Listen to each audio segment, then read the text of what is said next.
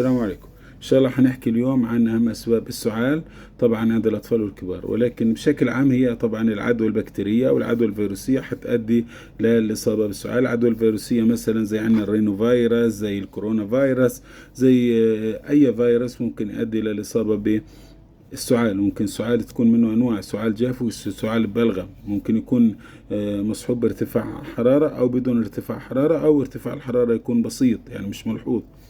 بعد كده العدوى البكتيرية زي النيمونيا، التهاب الرئة البكتيري.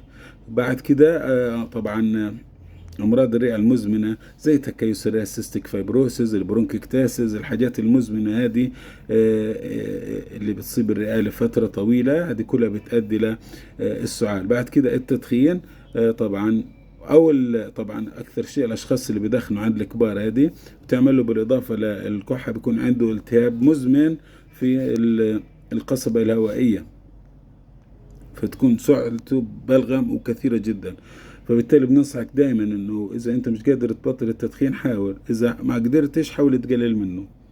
بعد كده الارتجاع المريء المعدي المعروف بجاستروسوفاجيال ريفلكس برضه بيؤدي للسعال.